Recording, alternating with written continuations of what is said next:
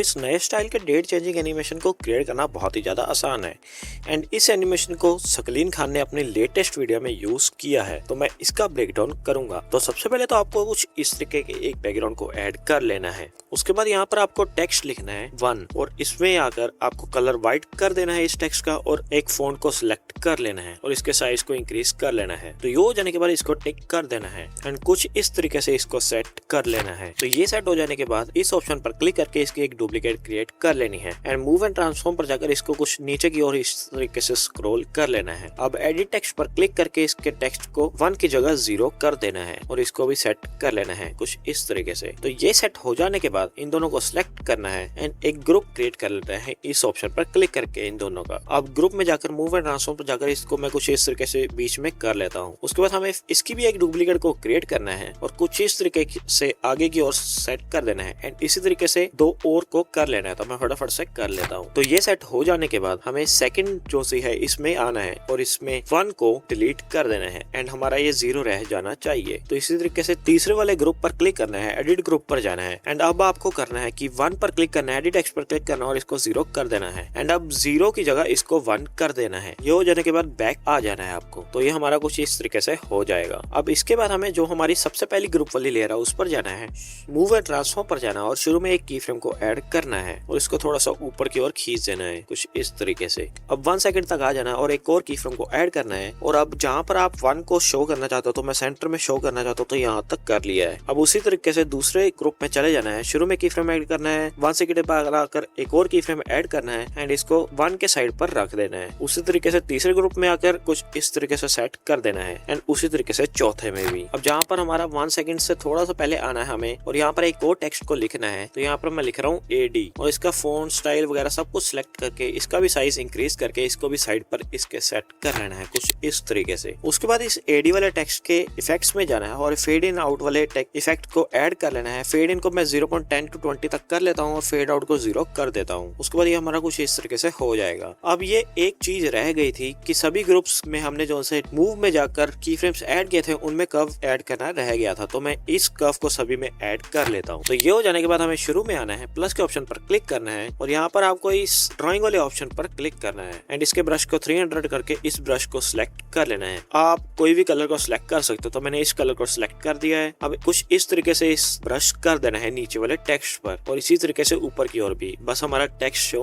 होना चाहिए। इस लेयर को लास्ट तक कर लेना है। अब आपको अपने चारों ग्रुप्स और जो हमने ड्राइंग किया है इसको सिलेक्ट करना है। AD को मत करना बिल्कुल और फिर इस ऑप्शन पर क्लिक करना है। तो अब ये हमारा कुछ इस तरीके से हो जाएगा जैसा आप देख सकते हो। अब ग्रुप वाले में जाकर इसमें शेडो को ऐड कर देता हूँ। तो इसकी शेडो का साइज मैंने 10 रख लिया है और इसकी पोजीशन को मैं X को भी और Y को भी दोनों को 10 कर लेता हूँ। अब उसी तरीके से AD वाले टेक्स्ट में भी सेम तरीके से शेडो को ऐड कर लेना है। साइज और X एंड Y तीनों को 10 तक कर लेना है। तो ये हमारा कुछ इस तरीके से हो जाएगा। अब ये हो जाने के बाद हमें एक विग्नेट वाली PNG को ऐड इसके ऊपर कर लेना है एंड अब आप देख सकते हैं कितना बढ़िया लग रहा है एंड इसको लास्ट तक कर लेता हूँ एंड अब आप इसको सेव कर सकते हो and here is the final result.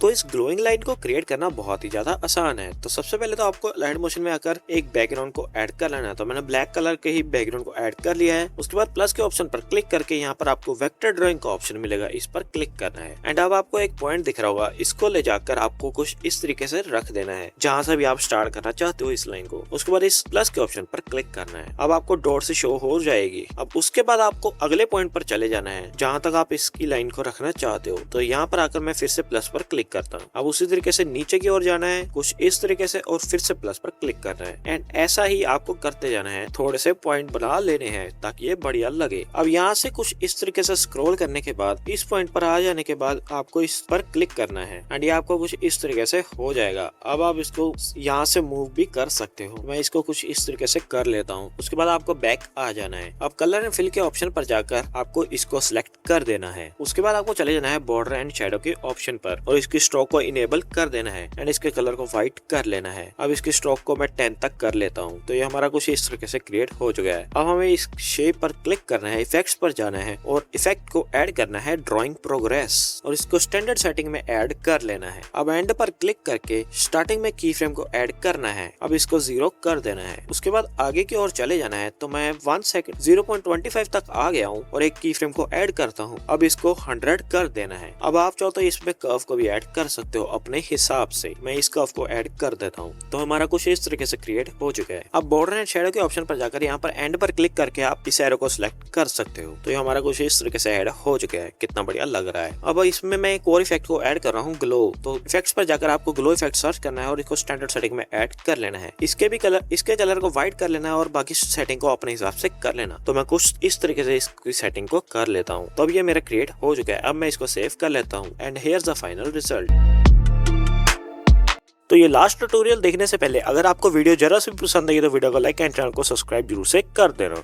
आपने आर्टिकल हाईलाइट एनिमेशन तो बहुत तरीके के देखे होंगे, पर मैं आपको कुछ नए तरीका का आर्टिकल हाईलाइट एनिमेशन दिखाता हूँ क्रिएट करना। तो सबसे पहले तो आपको एक बैकग्राउंड को ऐड कर लेना है। बैकग्राउंड को ऐड करने के बाद आपको एक आर्टिकल को ऐड कर लेना है। तो मैंने इस आर्टिकल को ऐड कर लिया है। अब जहाँ से आप इस आर्टिकल को हाईलाइट करवाना स्टार्ट करना चाहते हो तो वहाँ पर आकर तो मैं 0.10 तक आ गया हूँ। प्लस के ऑप्शन पर क्लिक करना है और एक रेक्टेंगल शेप को ऐड कर लेना है।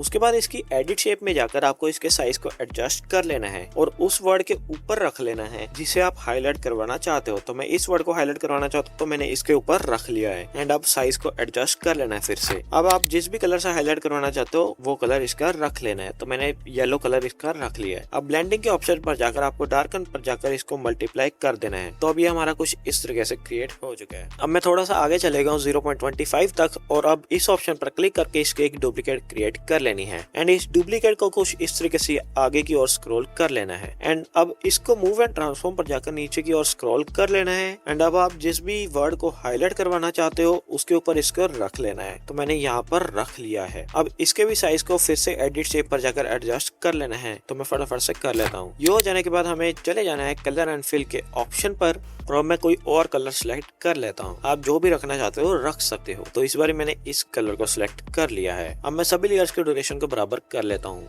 ये हो जाने के बाद हमें इफेक्ट्स पर जाना है। एक इफेक्ट को ऐड करना है वाइप और इसको ट्रांजिशन राइट पर क्लिक करके ऐड कर लेना है। अब इसमें अंदर जाकर एंड पर जाना है और थोड़ा सा इस की फ्रेम को आगे की ओर मैं कर लेता हूँ क्योंकि ज्यादा स्लो लग रहा था मुझे। तो ये हमारा कुछ इस तरीके से हो चुका है। अब इसमें वापिस आना है, इस 3 डॉट पर क्लिक करना है और कॉपी इफेक्ट पर क्लिक करना है। अब हमें दूसरे वाले पर चले जाना है, इफेक्ट्स पर जाना है और 3 डॉट पर क्लिक करके पेस्ट इफेक्ट कर देना है। तो इसमें भी हमारा इफेक्ट लग जाएगा। तो ये हमारा कुछ इस तरीके से बन चुका है। अब हमें कुछ नहीं करना। अब हमें बैकग्राउंड को छोड़ के तीनों लेयर्स को सिलेक्ट करना है और इसका एक ग्रुप क्रिएट कर लेना है। अब ग्रुप पर क्लिक करके इफेक्ट्स पर जाना और एक इफेक्ट को ऐड करना है पेज कर्ल और इसको स्टैंडर्ड सेटिंग में ऐड कर लेना है। अब इसको ओपन करने के बाद एंगल के ऑप्शन पर आप देख सकते हो, आप इस तरीके से इसके एंगल को चेंज कर सकते हो। तो मैंने 45 तक कर लिया है। अब प्रोग्रेस को आपको कुछ इस तरीके से इंक्रीज कर लेना है जब तक ये बाहर ना हो जाए। तो मेरा 106.7 तक ठीक लग रहा है। अब शुरू में एक की फ्रेम को ऐड कर देना है। अब थोड़ा सा आगे जाकर एक और की फ्रेम को ऐड करना है और अब इसको 4 to 5 तक रख लेना है अपने हिसाब से। तो अब ये थोड़ा सा ज्यादा तेज लग रहा था तो मैंने की फ्रेम को उठाकर आगे की ओर खींच लिया है। अब ये थोड़ा सा नॉर्मल लग रहा है तो इसको अब थोड़ा सा और यूनिक बनाने के लिए मैं लास्ट पेज का इफेक्ट में वापस आ गया हूँ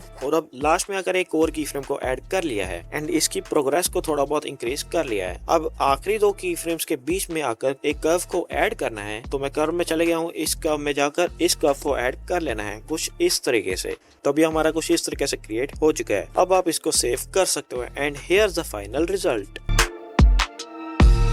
तो आज की वीडियो में बस इतना ही। अब मिलेंगे अगली वीडियो में। Thanks for watching.